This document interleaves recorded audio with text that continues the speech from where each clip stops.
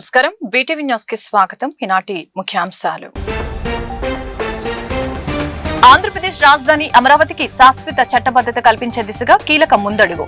రాష్ట్రపతి భవన్ కు చేరిన అమరావతి చట్టబద్ధత బిల్లు రాజ్యాంగ నిబంధనల ప్రకారం న్యాయ నిపుణులతో సంప్రదింపులు జరిపిన అనంతరం సంతకం చేయనున్న రాష్ట్రపతి.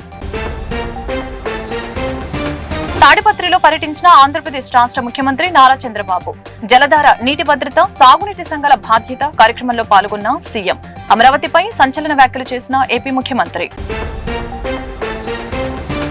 ఏపీలో వింత వాతావరణం. అక్కడ ఎండ, ఇక్కడ వాన. రానున్న 2 రోజులు ఉత్తరాంధ్ర, కోస్తా, రాయలసీమ జిల్లాలో వర్ష సూచన. అకాల వర్షంతో నీట మునుగుతున్న పంట పొలాలు, మరికొన్ని చోట్ల బానుడి ప్రతాపం. ఆంధ్రప్రదేశ్ రాజధాని అమరావతికి శాశ్వత చట్టబద్ధత కల్పించే దిశగా అడుగులు పడింది. పార్లమెంట్ ఉభయ సభల ఆమోదం పొందిన ఆంధ్రప్రదేశ్ పునర్విభజన చట్ట సవరణ బిల్లు 2026 సోమవారం రాష్ట్రపతి భవన్ కు చేరుకుంది. లోక్సభ సచివాలయం ఈ బిల్లును రాష్ట్రపతి ఆమోదం కోసం పంపింది. అమరావతి చట్టబద్ధతపై పార్లమెంట్ లో అత్యంత కీలకమైన ఘట్టం ముగిసింది. లోక్సభ, రాజ్యసభలు సుమారు 5 గంటల పాటు ఈ బిల్లుపై చర్చ జరిగింది. వివిధ పార్టీల సభ్యులు తమ అభిప్రాయాలను వ్యక్తం చేయగా కేంద్ర ప్రభుత్వం బిల్లు ప్రాధాన్యాన్ని వివరించింది. చర్చ అనంతరం ఎలాంటి సవరణలు లేకుండా ఉభయ సభలు ఈ బిల్లు ఏకగ్రీవంగా ఆమోదం తెలిపాయి. ప్రస్తుతం ఈ బిల్లు రాష్ట్రపతి పరిశీలనలో ఉంది. రాజ్యాంగ నిబంధనల ప్రకారం న్యాయ నిపుణులతో సంప్రదింపులు జరిపిన అనంతరం రాష్ట్రపతి సంతకం చేయనున్నారు. ఒకే ఒక రాజధాని, అదే అమరావతి, ఇదే శాశ్వత రాజధాని. ఇప్పటికే తీర్మానం చేశాం. అసెంబ్లీలో తీర్మానంతో చట్టబద్ధంగా, రాజ్యాంగ పరంగా అమరావతికి దృఢత్వం వస్తుంది. ఇంకెవ్వరు టచ్ చేయలేరు. ఇంచు కూడా కదలదు, ఇంచు కూడా కదిలించే పరిస్థితి రాదు. శాశ్వతంగా అమరావతి ద్రోహిగా వైఎస్ఆర్ కాంగ్రెస్ పార్టీ నిలుస్తుంది. కేంద్ర ప్రభుత్వ సహకారంతో పార్లమెంటులో బిల్లు ప్రవేశపెట్టారు. సుమారు 2 గంటల పాటు జరిగిన చర్చలో 11 పార్టీల నుంచి 17 మంది ఎంపీలు పాల్గొన్నారు. ఒక్క వైసీపీ తప్ప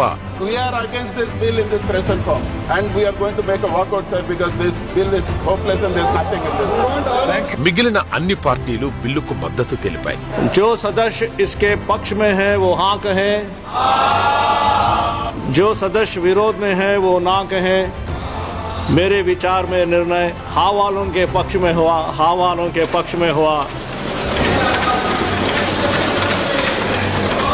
ఫలితంగా 2024 జూన్ 2 నుంచి ఆంధ్రప్రదేశ్ కొత్త రాజధానిగా అమరావతి ఆచరణలోకి వచ్చినట్టు ఆంధ్రప్రదేశ్ పునర్విభజన చట్టం 2014లోని సెక్షన్ 5(2)ని సవరిస్తారు. ముఖ్యమంత్రి చంద్రబాబు నాయుడు తాడిపత్రిలో పర్యటించారు. ఏపీకి ఏకైక రాజధాని అమరావతి అని, ఇక ఎవరు అమరావతిని కదిలించలేరని అన్నారు. వైసీపీ అమరావతిని నాశనం చేయాలని చూస్తే తాము శాసనం చేశామని చెప్పారు. దేశంలోని అన్ని పార్టీలు అమరావతికి మద్దతుగా నిలిచాయని, వైసీపీ ఎంపీలు మాత్రమే వ్యతిరేకించారని విమర్శలు గుప్పించారు. ఆంధ్రప్రదేశ్ రాష్ట్ర ముఖ్యమంత్రి నారా చంద్రబాబు తాడిపత్రిలో జలధార, నీటి భద్రత, సాగునీటి సంఘాల బాధ్యత కార్యక్రమంలో పాల్గొని ప్రసంగించారు.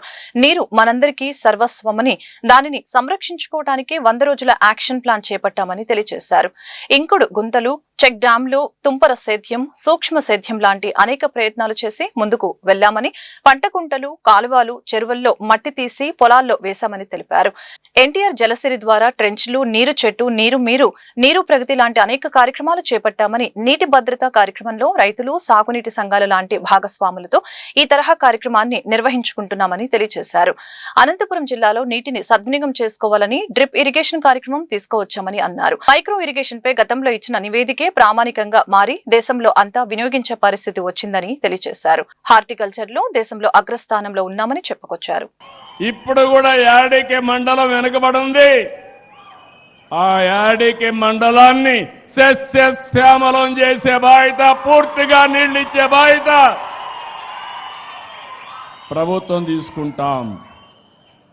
ఈరోజు మీరు చూస్తే మొత్తం రాష్ట్రం ఒక ఖరీఫ్కి 547 టీఎంసీ కావాలి, రబీకి 343 టీఎంసీలు కావాలి, మొత్తం 890 టీఎంసీలు కావాలి, పరిశ్రమలకు 28 కావాలి, త్రాగునీటికి 157 కావాలి. మొత్తం మీరు ఒకసారి చూస్తే 1300 టీఎంసీ నీళ్లు కావాలి. వర్షం ద్వారా నీళ్లు వస్తాయి. పై నుంచి వర్షాలు పడితే నదుల ద్వారా నీళ్లు వస్తాయి. ఈరోజు మీరందరూ గుర్తుపెట్టుకోవాల్సింది, ఈ సంవత్సరం 74 టీఎంసీ నీళ్లు అనంతపురం తీసుకొచ్చామంటే ఒక పక్కన పోలవరం దగ్గర గోదావరి నుంచి పట్టిసీమ కట్టాం. పట్టిసీమలో నీళ్లు లిఫ్ట్ చేసి నేరుగా కృష్ణా డెల్టాకు తీసుకొచ్చాం. కృష్ణా డెల్టాలో వాడే నీళ్లు, రబీకి ఖరీఫ్కు వాడే నీళ్లు అక్కడ సేవ్ చేసి ఆ నీళ్లు రాయలసీమకు మళ్లించాం. రాయలసీమని ఈరోజు రత్నాలసీమగా తయారు చేసే కార్యక్రమానికి శ్రీకారం చుట్టాం. అంటే ఓసారి మీ అందరిలో ఆలోచన రావాలి, దేశంలోనే తక్కువ వర్షపాతం పడే రెండో జిల్లా అనంతపురం జిల్లా. అలాంటి జిల్లా ఈరోజు తెలుగుదేశం పార్టీ చూపించిన చొరవ, ఎన్డీఏ చేసే కార్యక్రమాలతో దేశంలోనే ఎక్కువ పళ్ళు కూరగాయలు పండించి ఒక సంపన్నమైన జిల్లాగా అనంతపురం జిల్లా తయారు చేసే బాధ్యత ఈ ప్రభుత్వం తీసుకుంటాం. దీనికి ప్రధానం నీళ్లు. మీరు ఒకటి గుర్తుపెట్టుకోవాలి, ఈరోజు నేను అందరిని మిమ్మల్ని అడుగుతున్నా, ఒకప్పుడు కరెంటు ఛార్జీలు పెంచుతూనే ఉండేవాళ్ళు. 8 సార్లు పెంచారు. 1924లో 1,25,000 కోట్ల రూపాయలు డిపార్ట్మెంట్ల అప్పుల్లో పెట్టారు. ఈరోజు ఈ ప్రభుత్వం వచ్చిన తర్వాత సమర్థతో పనిచేస్తున్నాం. రాష్ట్రంలో ఉపరితల ఆవర్తనాల ప్రభావంతో రానున్న 2 రోజులు ఉత్తరాంధ్ర, కోస్తా, రాయలసీమ జిల్లాల్లో పిడుగులతో కూడిన తేలికపాటి నుంచి మోస్తరు వర్షాలు కురిసే అవకాశం ఉందని విపత్తుల నిర్వహణ సంస్థ తెలిపింది. మరొక వైపు కొన్ని జిల్లాల్లో ఎండల ప్రభావం కొనసాగుతూ ఉందని, సోమవారం పోలవరం మరియు ఎన్టీఆర్ జిల్లాల్లోని కొన్ని మండలాల్లో వడగాలులు వీచే అవకాశం ఉందని అధికారులు హెచ్చరించారు. ఎండ తీవ్రత పట్ల ప్రజలు తగిన జాగ్రత్తలు తీసుకోవాలని ఎండీ ప్రఖర్ జైన్ సూచించారు. రాష్ట్రంలో రానున్న 2 రోజుల్లో వాతావరణం విభిన్నంగా ఉండనుందని విపత్తుల నిర్వహణ సంస్థ ఎండీ ప్రఖర్ జైన్ తెలిపారు. దక్షిణ కోస్తాంధ్ర, పశ్చిమ మధ్య బంగాళాఖాతంపై ఒక ఉపరితల ఆవర్తనం, రాయలసీమ పరిసరాల్లో మరొకటి కొనసాగుతుందని, సోమ, మంగళవారాల్లో మేఘావృతమైన వాతావరణంతో పాటు పిడుగులతో కూడిన వర్షాలు కురిసే అవకాశం ఉందని పేర్కొన్నారు. అలాగనే వర్షాల సూచన ఉన్నప్పటికీ కొన్ని జిల్లాల్లో ఎండల ప్రభావం కూడా తీవ్రంగానే ఉండనుంది. సోమవారం పోలవరం, ఎన్టీఆర్ జిల్లాలోని కొన్ని మండలాల్లో వడగాలులు వీస్తాయని ఎండీ హెచ్చరించారు. ఆదివారం రాష్ట్ర వ్యాప్తంగా 66 మండలాల్లో 40 డిగ్రీల కంటే ఎక్కువ ఉష్ణోగ్రతలు నమోదయ్యాయి. గరిష్టంగా నెల్లూరు, వీరఘట్టం ప్రాంతాల్లో 42.4 డిగ్రీల ఉష్ణోగ్రత రికార్డైంది. పిడుగులు పడే సమయంలో రైతులు, పశు కాపురులు చెట్ల కింద ఉండరాదని, ఎండ తీవ్రత పట్ల ప్రజలు అప్రమత్తంగా ఉండి తగిన జాగ్రత్తలు తీసుకోవాలని ఆయన సూచించారు. నగరంలో ఏర్పాటు చేసిన శ్రీ సాయి చేనేత కాటన్ అండ్ సిల్క్ ఎక్స్పో కనువిందు చేస్తుంది. కొండపల్లి, ఏటికొప్పాక చెక్కబొమ్మలు, హైదరాబాదు మంచి ముత్యములు, Sarangapur wooden ware, black metal మొదలగు హస్తకళ వస్తువులతో డ్వాక్రా మరియు చేనేత ఉత్పత్తుల ప్రదర్శన నగరంలో ఏర్పాటు చేశామని ఎక్స్పో నిర్వాహకులు తెలిపారు.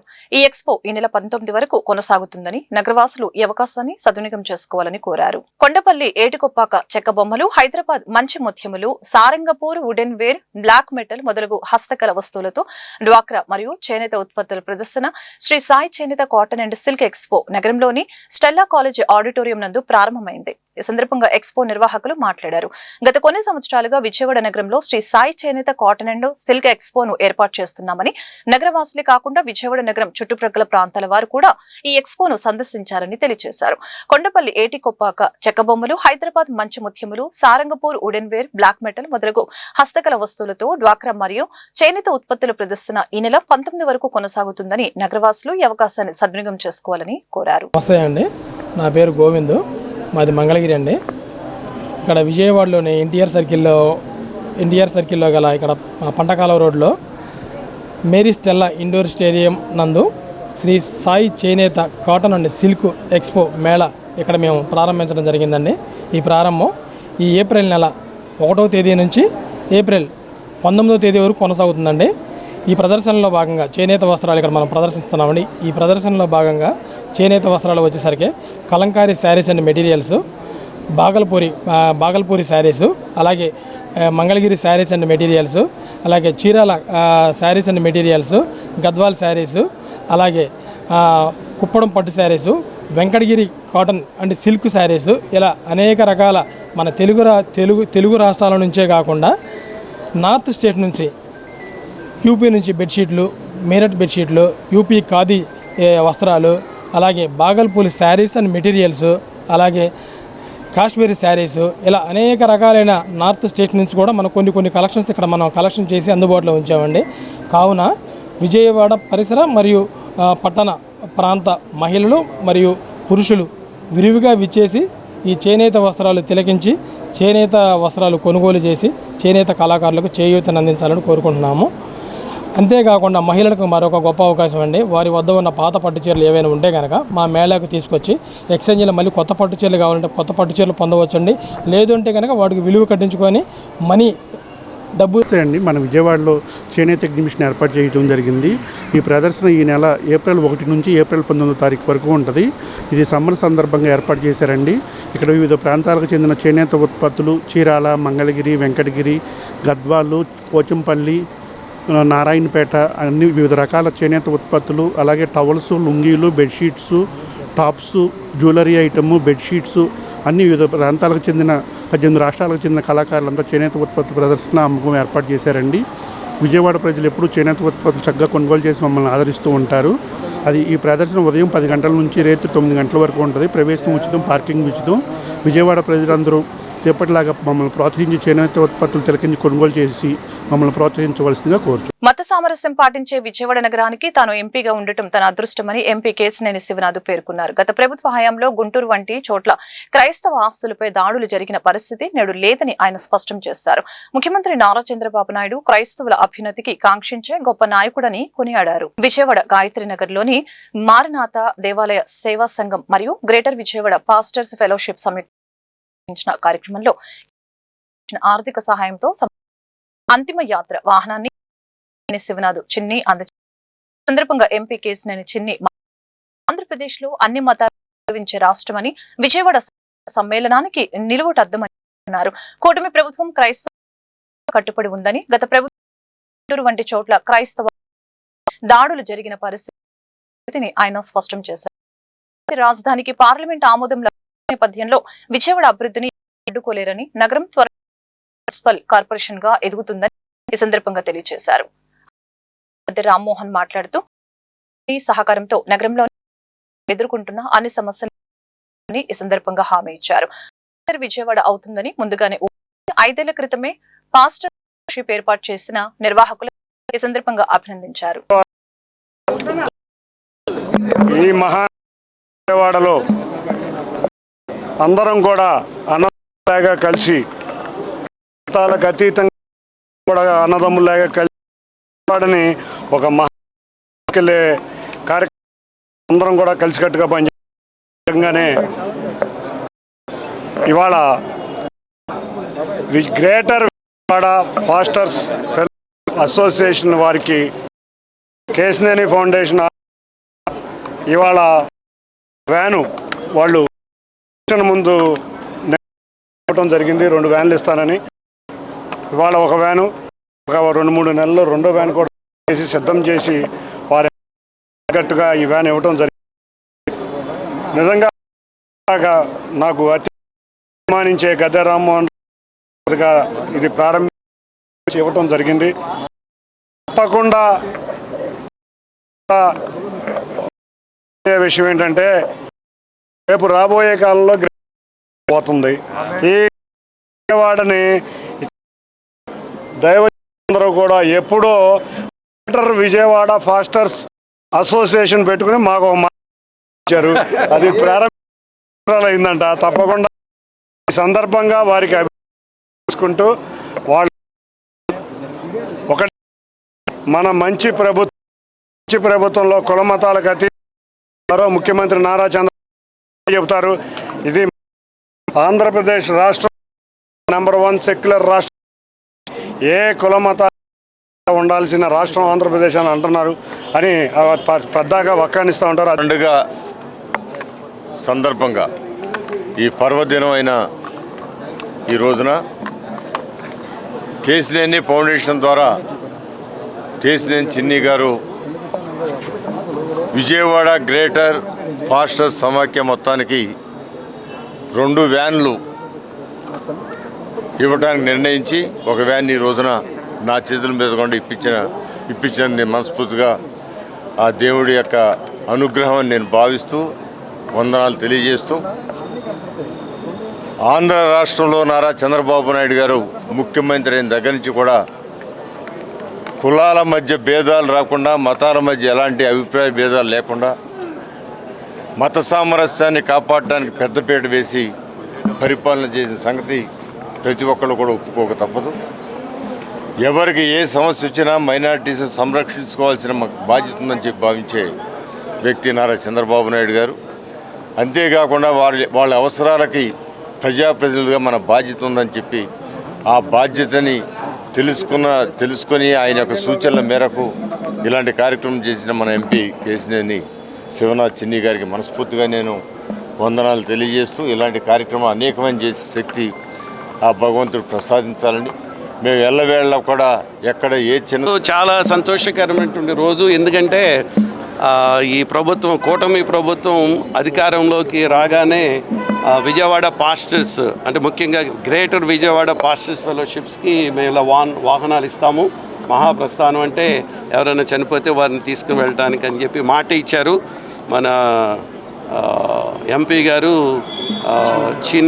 చిన్ని గారు ఆ మాట ఇచ్చి ఆ మాట నిలబెట్టుకుని ఈరోజు ఎమ్మెల్యే గారు గద్దె రామ్మోహన్ రావు గారిని కూడా తీసుకొచ్చి ఇక్కడ greater Vijayawada pastors fellowship committee meeting అలాగే జనరల్ బాడీ మీటింగ్లో ఈ రోజున ఈ వాహనాన్ని ఇవ్వటం వారిని ఎంతగానో మేము అభినందిస్తూ రానున్న కాలంలో వారిని వారి కుటుంబాలను రాష్ట్రంలోని కూటమి ప్రభుత్వం బిబిజీ రామ్జీ పథకాన్ని రద్దు చేసి మహాత్మా గాంధీ జాతీయ గ్రామీణ ఉపాధి హామీ పథకాన్ని యథాతథంగా కొనసాగించేందుకు కేంద్రంపై ఒత్తిడి తీసుకుని రావాలని సిపిఐ రాష్ట్ర కార్యదర్శి గుజ్జుల ఈశ్వరయ్య డిమాండ్ చేశారు. విజయవాడ దాసరి భవన్ నందు నిర్వహించిన మీడియా సమావేశంలో ఆయన మాట్లాడారు. కేంద్రం నిధులు 60%, రాష్ట్రాల వాటా 40% నిధులు కేటాయించననటం ఉపాధి హామీ పథకాన్ని నిర్వీర్యం చేసేందుకేనని తూర్పారపట్టారు. రాష్ట్రాలు 40% నిధులు లేవనే సాకుతో గ్రామీణ పేదలకు పనులు కల్పించలేని పరిస్థితి దాపురిస్తుందని, పట్టణాలకు వలసలు పెరిగి కార్పొరేటర్లకు గ్రామీణ పేదల శ్రమ కారుచౌకగా దొరుకుతుందని చెప్పారు. కేరళ, కర్ణాటక, తెలంగాణ రాష్ట్ర ప్రభుత్వాలు బిబిజీ రామ్జీ పథకాన్ని రద్దు చేయాలని అసెంబ్లీలో తీర్మానం చేసి కేంద్రానికి పంపాయని, ఏపీ అసెంబ్లీలో కూడా మహాత్మా గాంధీ జాతీయ గ్రామీణ ఉపాధి హామీ పథకాన్ని యథాతథంగా కొనసాగించాలని తీర్మానం చేయాలని ఆయన డిమాండ్ చేశారు.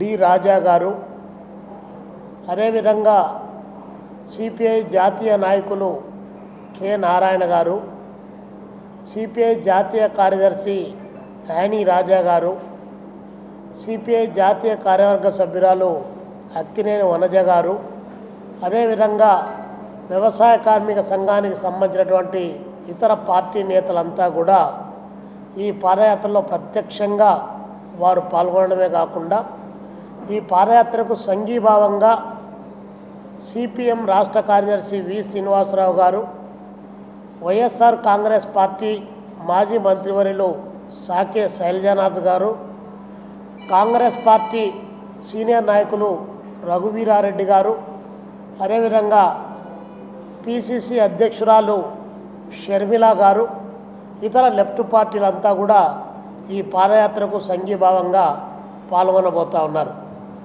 ముఖ్యంగా కేంద్ర ప్రభుత్వం నరేంద్ర మోడీ గారు వాస్తవాలను అంగీకరించకుండా కార్పొరేట్ సంస్థలకు పనికి వచ్చేటువంటి కారు చౌకగా దొరికేటువంటి కూలీలను తయారు చేసుకునేటువంటి లక్ష్యంతో ఈ పథకానికి తూట్లు పొడుస్తూ ఉన్నాడు. ప్రధానంగా ఈ పథకం స్టార్ట్ అయినప్పుడు కేవలం 2 కోట్ల మందే 2005లో కమ్యూనిస్టుల పోరాట ఫలితంగా 2 కోట్ల మంది లబ్ధిదారులు ఉన్నారు. కానీ అది క్రమంగా 20 సంవత్సరాలు వచ్చినప్పటికీ 20 కోట్ల మంది లబ్ధిదారులుగా చేరినటువంటి ఈ పథకం వచ్చిన తర్వాతనే గ్రామీణ ప్రాంతాల్లో ముఖ్యంగా రాయలసీమ లాంటి, అదేవిధంగా ఉత్తరాంధ్ర లాంటి వెనకబడ్డటువంటి ప్రాంతాల్లో వలసలు తగ్గుముఖం పుట్టాయి.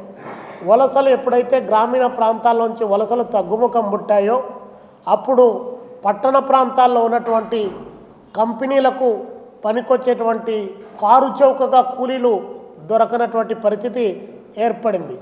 ఒకేసారి ఈ పథకాన్ని ఇప్పుడు రద్దు చేస్తే కార్పొరేట్ల ఒత్తిడికి లోనై ప్రభుత్వం పైన వ్యతిరేకత వస్తుంది కాబట్టి దీన్ని క్రమంగా రద్దు చేయడానికి కావాల్సినటువంటి ప్రయత్నం నరేంద్ర మోడీ గారి ప్రభుత్వం ప్రయత్నం చేస్తూ ఉంది.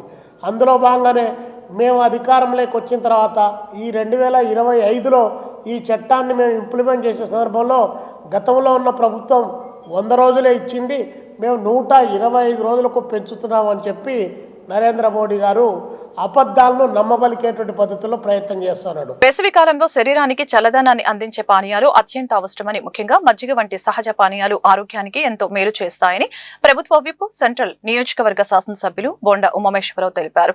ప్రజల సేవే ముఖ్య లక్ష్యంగా మజ్జిగ పంపిణీ కార్యక్రమాలను నిర్వహిస్తున్న దాతలను ప్రత్యేకంగా అభినందించారు.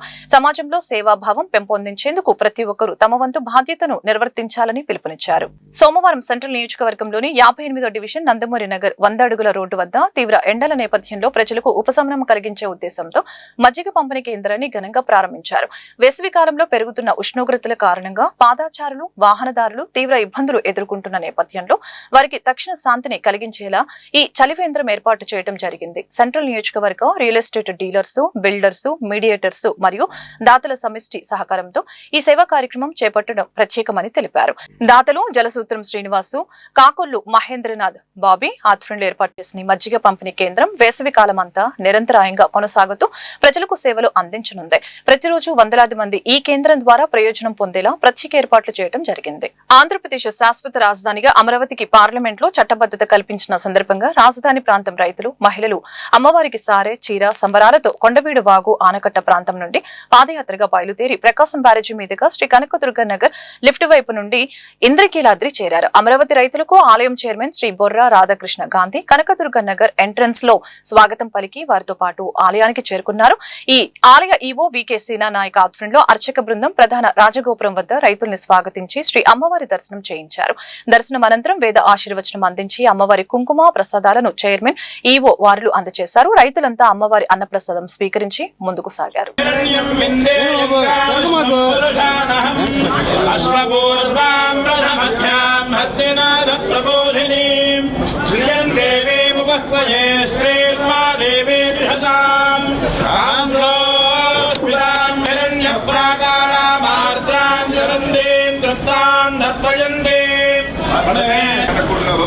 కష్టం వచ్చినా, బాధ వచ్చినా, దుఃఖం వచ్చినా, మనోవేదనకు గురైన ఆ ముగ్గురమ్మల మూలపుటమ్మని దర్శించి మా మొరను ఆలకింపజేసి ఉపశమనం పొందటం ఈ ప్రాంత ప్రజలకు ఆనవాయితీ.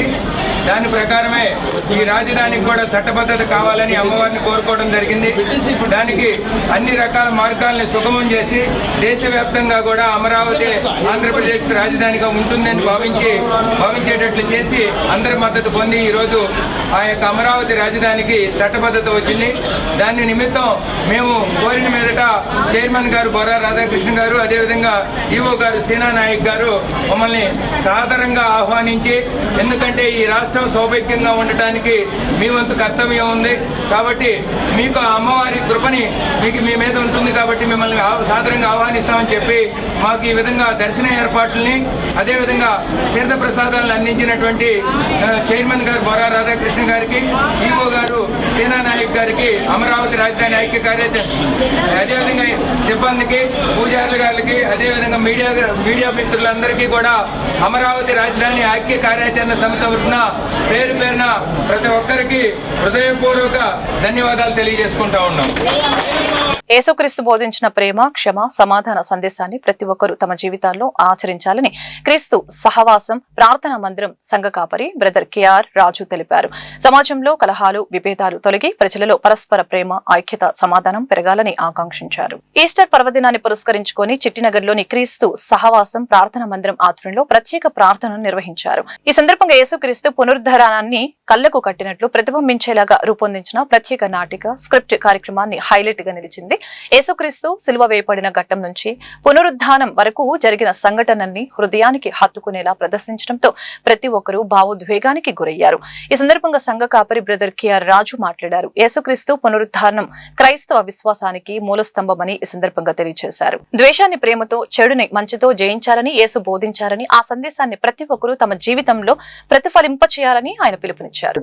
అందరికి వందనాలు తెలియజేసుకుంటూ, మరి దినాన్న ఈస్టర్ పండుగ పర్వదిన వేడుకలు ప్రపంచమంతా యేసుక్రీస్తు ప్రభువారి పునరుద్ధానమును మరి పండగగా జరుపుకొనిచుండగా మేము కూడా ఆయన పునరుద్ధాన వేడుకను మరి టైలర్పేట ప్రాంతం నుంచి క్రీస్తు సహవాసం అనే సంఘం నుంచి సంఘ సభ్యులు అందరూ కలిసి మరి ఆయన పునరుద్ధాన వేడుకను అందరికీ కళ్ళకు కట్టినట్లుగా మరి నాటిక రూపంలో స్క్రిప్ట్ రూపంలో అందరికీ మరి చూపించాలని మేము చేసిన ప్రయత్నానికి ఆ యేసుక్రీస్తు ప్రభువారు మాకు సహాయంగా నిలవబడి ఆయన ఆత్మస్వరూపి అయిన దేవుడు మరి మా కార్యక్రమం అంతటిని ఆయన మహిమకరంగా జరిపించుకున్నాడు.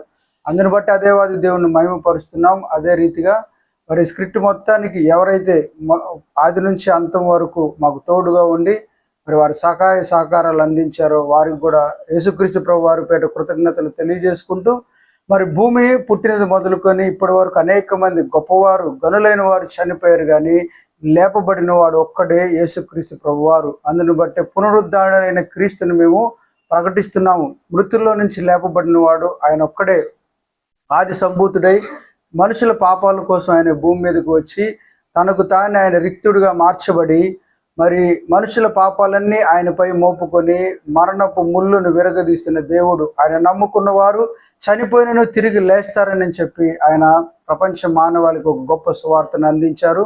ఆ సువార్తని జనులందరిలోకి తీసుకువెళ్ళడానికి మాకు సహాయం చేసిన ప్రతి ఒక్కరికి ప్రభువైన యేసుక్రీస్తు వారి పేట వందనాలు తెలియజేసుకుంటే ఇటువంటి కార్యక్రమాల్లో మరి మాకు తోడుగా ఉంటున్న మరి సహోదరులకు కానీ సంఘస్థులకు కానీ ఈ టైలర్పేట ప్రాంత వాసులకు అందరికీ ప్రభు పేట కృతజ్ఞతలు ధన్యవాదాలు తెలియజేసుకుంటూ అదే రీతిగా మీడియా వారు కూడా మరి ప్రతి ప్రోగ్రామ్ని ఎంతో ఆసక్తిగా ప్రజల్లోనికి తీసుకువెళ్తున్నందుకు వారికి కూడా మా సంఘం పేరిట మరి మా టైలర్పేట ప్రాంతం పేరిట కూడా కృతజ్ఞతలు తెలియజేసుకుంటూ అవకాశం ఇచ్చిన మీడియా వారికి మరి ప్రభు పేట ప్రత్యేకమైన వందనాలు తెలియజేసుకుంటూ సెలవు తీసుకున్నాం. అందరికీ వందనాలు. అంతర్జాతీయ ప్రమాణాలతో ఉన్నత విద్యను అందించడమే లక్ష్యంగా ఎస్కేపీవీవి డోకుపర్తి ఉపేంద్ర హై స్కూల్ ని ప్రారంభించడం అభినందనీయమని విజయవాడ ఎంపీ శివనాథ్, ఎమ్మెల్యే మండలి బుద్ధప్రసాద్ తెలిపారు. ప్రతి మధ్యతరగతి విద్యార్థికి ఉన్నత ప్రమాణాలతో విద్యను అందిస్తున్న ఎస్కేపీవీవి హిందూ హై స్కూల్స్ కమిటీ తమ నూతన SKPVV Dokuparthi Upendra high school ని జకంపూడిలో రాజధానికి దగ్గరగా నిర్మాణం చేయడం ముదావాహమని తెలిపారు. రానున్న కాలంలో మరెంతో మందిని ప్రతిభావంతమైన విద్యార్థులుగా తీర్చిదిద్దాలని ఆయన ఆకాంక్షించారు. అంతర్జాతీయ ప్రమాణాలతో రాజధానికి సమీపంలో SKPVV Hindu high schools committee తమ నూతన SKPVV Dokuparthi Upendra high school ని ఘనంగా ప్రారంభించారు. ఈ స్కూల్ ప్రారంభోత్సవ కార్యక్రమంలో Vijayawada MP Chinni, MLA Buddhaprasad, MLA Rajagopal Tatayya, Dudekula corporation chairman Nagul Meera, TDP senior నాయకులు Bommasani Subbarao, Gollapudi market yard chairman Narravasu, SKVP central Gopireddy Mallayya, అధ్యక్షులు Seshayya, MS Baig, KBN secretary Srinivas, SKVP principal Shyamala, దాత ఉపేంద్రలతో కలిసి జ్యోతి ప్రజ్వలన చేసి ఘనంగా ప్రారంభించారు. అనంతరం principal P Shyamala, KBN secretary Srinivas మాట్లాడారు. విజయవాడ ప్రాంతంలో మరెక్కడా లేని విధంగా 6.5 ఎకరాల విశాలమైన ప్రాంగణంలో పాఠశాల ఏర్పాటు చేసినట్లు తెలియజేశారు. నర్సరీ నుంచి 7వ తరగతి వరకు క్లాసులు ప్రారంభమైనట్లు చెప్పారు. ప్రతి తరగతిలో ఇంటరాక్టివ్ బోర్డ్స్ ఏర్పాటు చేశామని, ఎకో ఫ్రెండ్లీ క్యాంపస్ గా పాఠశాలను అభివృద్ధి చేస్తున్నామని చెప్పారు. మనం చూస్తే పక్కనే ఉన్న జక్కంపూడి కాలనీ, ఈ జక్కంపూడి కాలనీలో ఎంతోమంది పేద ప్రజలు నివసించే ప్రాంతం. ఈ ప్రాంతంలో స్కూల్ ఎక్కడా కూడా లేదు. ఇందాకే మా సుబ్బారావు కూడా చెప్తున్నాడు, స్కూల్ కోసం ఎక్కడికన్నా వెళ్ళాలంటే 15,000 రూపాయలు ట్రాన్స్పోర్టేషన్ కూడా అవుతుందని వాళ్ళందరూ చెప్పుకున్నారు. అటువంటి వాళ్ళందరూ కూడా నివసించే ఈ ప్రాంతంలో ఈ స్కూల్, అది కూడా స్కూల్ అంటే ఏదో చిన్న స్కూల్ లాగా కాదు, ఇంటర్నేషనల్ స్కూల్లో చూసాం. మొత్తం స్కూల్ అంతా కూడా కలియజేయడం జరిగింది. ఎక్కడైతే ఇంటర్నేషనల్ స్కూల్స్ హైదరాబాద్లో ఏ విధమైన ఫెసిలిటీస్ విద్యార్థులకు ఇచ్చారో అటువంటి ఫెసిలిటీస్ దగ్గరలో అన్నీ తీసుకొచ్చే విధంగా వీళ్ళు రూపొందించడం చాలా ఆనందంగా ఉంది నిజంగా. అందుకే కమిటీ ఇప్పుడు దాదాపు 7 సార్లు 8 సార్లు వచ్చాను కాలేజీకి ఎప్పుడు పిలిచినా. ఎందుకంటే విజయవాడ ప్రాంతంలో ఒక పేద విద్యార్థి చదువుకుంటున్నాడు, ఒక చిన్న మధ్యతరగతి విద్యార్థి చదువుకుంటున్నాడు అంటే అది ఈ సొసైటీ ద్వారానే చదువుకుంటున్నారని నా యొక్క ఆలోచన. 20 సంవత్సరాల చరిత్ర కలిగిన ఎస్కేపీవీ హిందూ హై స్కూల్ కమిటీలో ఈ డోకుపర్తి హిందూ హై స్కూల్ అనేది 8వ సంస్థ. ఇప్పుడు already MSR school, Chitturu school already మేము రన్ చేస్తున్నాము. కానీ ఆ రెండు కూడా అంతకుముందు పెట్టిన బిల్డింగుల్లో ఈ పెట్టడం జరిగింది. కానీ పిల్లలకి ఏ రకంగా ఉంటే ఆ బిల్డింగ్ బాగుంటుంది, ఏ రకంగా ఉంటే వాళ్ళకి బాగా చెప్పడానికి అవకాశం ఉంటుందో చూసి ఆ ఆలోచనతో రూపకల్పన చేసిందే ఇది. రాబోయే తరాలకి తగే విధంగా దీన్ని తయారు చేయడం జరిగింది. అలాగే ఇక్కడ ఎడ్యుకేషన్ కూడా రాబోయే భవిష్యత్తులో పిల్లలకి ఏ రకంగా కావాలో ఆ రకంగా ఇక్కడ ప్లాన్ చేసుకోవడం జరిగింది. ఖచ్చితంగా ఇది విజయవాడ సిటీకి బ్రహ్మాండమైన ఇన్స్టిట్యూషన్ అవుతుంది. ఖచ్చితంగా పిల్లలందరూ కూడా ఇందులో చదివిన ప్రతి పిల్లలు కూడా సక్సెస్ఫుల్గా బయటికి వెళ్తారని చెప్పి ఆశిస్తున్నాం. థ్యాంక్ యూ అండి. నా పేరు శ్యామల. నేను ఈ ఎస్కేపీవి ఇన్స్టిట్యూషన్స్లో 13 సంవత్సరాల నుంచి వర్క్ చేస్తున్నాను.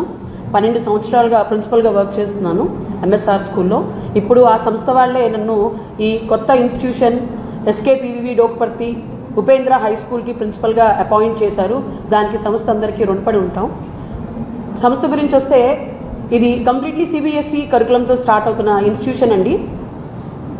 ఓన్లీ ఎడ్యుకేషన్ ఫోకస్ చేయకుండా కరికులంలో పిల్లలకి స్పోర్ట్స్ అండ్ హెల్తీ ఎన్విరాన్మెంట్, మీరు సంస్థను చూసే ఉంటారు. ప్రతి క్లాస్లో కూడా సెంట్రల్ ఏసీ అనేది మెయిన్ కాదండి. గాలి వెలుతురు అనేది పిల్లలకి అందించాలి. పిల్లలు హెల్తీగా పెరగాలి. హెల్త్తో పాటు నాలెడ్జ్. సో ప్రతి స్టూడెంట్కి skill on experience, hand on experience అనేది మా ప్రాముఖ్యత. చాలామంది పుస్తకాల నుంచి ప్రాక్టికల్కి వెళ్తారు. మేము ప్రాక్టికల్స్ నుంచి పుస్తకాల్లోకి తీసుకురావాలి అనే ఒక కండిషన్తో ఈ సంస్థని ముందుకు తీసుకెళ్దాం అనుకుంటున్నాం. ఈరోజు విజయవాడ ప్రజలకి శుభాభినందనలు. దాదాపు 120 ఏళ్ళుగా విజయవాడ ప్రజలతో మమేకమైనటువంటి మా ఎస్కేపీ సంస్థ ఒక కొత్త స్థాయిలో కొత్త తరానికి తగ్గట్టుగా ఒక స్కూల్ స్టార్ట్ చేసాము సిబిఎస్ఈ సిలబస్తో. అది Dokaparthi Upendra high school, SKP Dokaparthi Upendra high school. Dokaparthi Upendra ఇచ్చినటువంటి దాతృత్వంతో ఈ స్కూల్ మొదలుపెట్టాము. దీని యొక్క ముఖ్య ఉద్దేశం ఏంటని చెప్పంటే, మీ అందరికీ చెప్తుంది ఏంటంటే, ఎస్కేపీ సంస్థ అనేటువంటిది పూర్తి వ్యాపారస్తులు స్టార్ట్ చేసిన సంస్థ. మేమందరం బతికేది మేమందరం బతికేది సమాజం వలన, మాకు ఇచ్చే సహకారం వలన అవుతున్నాము. అటువంటి మాకు వార్తలు ముగించే ముందు ముఖ్యాంశాలు మరొకసారి. ఆంధ్రప్రదేశ్ రాజధాని అమరావతికి శాశ్వత చట్టబద్దత కల్పించే దిశగా కీలక ముందడుగు. రాష్ట్రపతి భవన్ కు చేరిన అమరావతి చట్టబద్దత బిల్లు. రాజ్యాంగ నిబంధనల ప్రకారం న్యాయ నిపుణులతో సంప్రదింపులు జరిపిన అనంతరం సంతకం చేయనున్న రాష్ట్రపతి. తాడిపత్రిలో పర్యటించిన ఆంధ్రప్రదేశ్ రాష్ట్ర ముఖ్యమంత్రి నారా చంద్రబాబు. జలధార, నీటి భద్రత, సాగునీటి సంఘాల బాధ్యత కార్యక్రమంలో పాల్గొన్న సీఎం. అమరావతిపై సంచలన వ్యాఖ్యలు చేసిన ఏపీ ముఖ్యమంత్రి. ఏపీలో వింత వాతావరణం. అక్కడ ఎండ, ఇక్కడ వాన. రానున్న 2 రోజులు ఉత్తరాంధ్ర, కోస్తా, రాయలసీమ జిల్లాలో వర్ష సూచన. అకాల వర్షంతో నీట మునుగుతున్న పంట పొలాలు, మరికొన్ని చోట్ల బానుడి ప్రతాపం. ఈ వార్తలు ఇంతటితో సమాప్తం. మరొక బులెటిన్ మళ్ళీ కలుద్దాం. నమస్కారం.